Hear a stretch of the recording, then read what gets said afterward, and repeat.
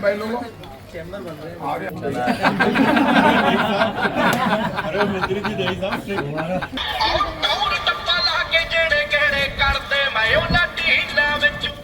Bharatiya Janata party Rajasthan की जनता के साथ धोखा कर रही है और इससे बड़ा धोखा नहीं हो सकता कि बीजेपी केंद्र में पिछले 9 वर्ष से शासन में है। भारतीय जनता पार्टी को अपनी उपलब्धि बतानी चाहिए। नोटबंदी क्यों की थी, नोटबंदी के बाद क्या हालात बने, आप मुझे ये बताइए। 1000 और 500 का नोट भारतीय जनता पार्टी ने बंद किया और ये कहा कि 50 दिन में हालात सुधर जाएंगे।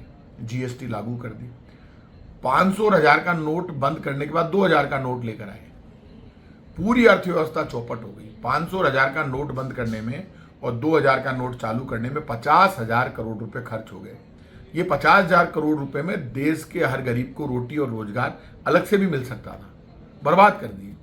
अब थोड़े दिन बाद ही इन 6, 7, 8 वर्षों में वापस 2000 का नोट बंद कर दिया। क्या 2000 का नोट से अमीर आदमी के पास है?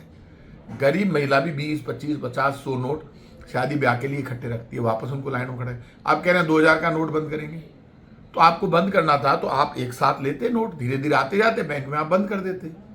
आपने 15 लाख और अच्छे दिन का वादा किया, कुछ नहीं मिला किसी को। आपने कहा 2 करोड़ लोगों को रोजगार देंगे हर वर्ष, उसमें कोई रोजगार नहीं मिला। टमाटर महंगा हो गया, गैस सिलेंडर ने तो महंगाई के रिकॉर्ड तोड़ दिए और पेट्रोल डीजल के तो हालात ये है भाई साहब कि इस वक्त क्रूड ऑयल के दाम $61 प्रति बैरल है। अब इस वक्त 100 के पार पेट्रोल है, 100 के नजदीक डीजल है। मनमोहन सिंह जी जब प्रधानमंत्री थे, सोनिया गांधी जी यूपीए की चेयरपर्सन थी, तब क्रूड ऑयल के दाम $130 प्रति बैरल थे, लेकिन पेट्रोल और डीजल 70 रुपए लीटर के नीचे था। तो आपने टैक्स बढ़ा दिया। बार बार बीजेपी के प्रदेश के नेता इतने झूठ के जनरेटर हैं, डायलॉगबाजी बड़ी बड़ी करते हैं, शर्म नहीं आती।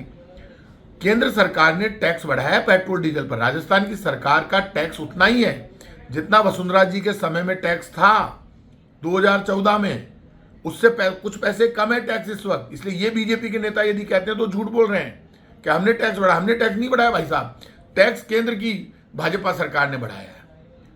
तो बीजेपी को तो वोट मांगने का हक ही नहीं है। बीजेपी के नेता आपको चैलेंज कर रहे हैं, राजस्थान की जनता को कह रहे हैं कि हम यदि जीत गए तो 100 यूनिट बिजली फ्री बंद कर देंगे, 200 यूनिट तक बिजली पे फिर टैक्स लगाना चालू कर देंगे, गरीब को गेहूं नहीं मिलेगा, कोई अधिकार नहीं मिलेगा, बच्चे जो रोडवेज में फ्री जा रहे हैं एग्जाम देने वो जा नहीं पाएंगे, 2000 यूनिट तक किसान को बिजली है वो फ्री देना बंद कर देंगे।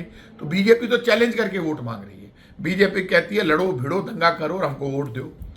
तो बीजेपी काम के आधार पर डिस्कस करके वोट मांगे तो उनका हक है, लेकिन बीजेपी बिना काम के वोट मांग रही है और ये घेराव नाटक है, झूठ है, धोखा है। लेकिन इस धोखे से सावधान रहो। बीजेपी पिछले 6 महीने से कैसे भी रेस में आना चाहती है। इस वक्त बीजेपी का विरोध है। बीजेपी पहली ऐसी पार्टी है जो केंद्र के बात नहीं करती, केंद्र के काम। सिर्फ बीजेपी के बड़े से बड़ा नेता आते हैं वो कांग्रेस के ऊपर बोलते हैं, खुद के कामों के ऊपर कभी नहीं बोलते। तो बीजेपी को अपने काम बताने चाहिए, बताना चाहिए सिलेंडर महंगा क्यों हुआ, पेट्रोल डीजल महंगा क्यों हुआ, महंगाई के लिए जिम्मेदार कौन है, बेरोजगारी के लिए जिम्मेदार। बीजेपी ने खुद ने क्या किया वो तो बता दो भाई साहब, वो नहीं बताना चाहते। इसलिए बीजेपी जो नाटक कर रही है वो चलेगा नहीं। झूठ, फरेब और धोखे की पार्टी बीजेपी है, जो झूठ के रास्ते पर चले, फरेब के रास्ते पर चले, जो धर्म और सत्य पर नहीं चले, जो इंसानियत को खत्म करने की राजनीति करते वही बीजेपी है। अमर उजाला अब आपके टीवी पर भी।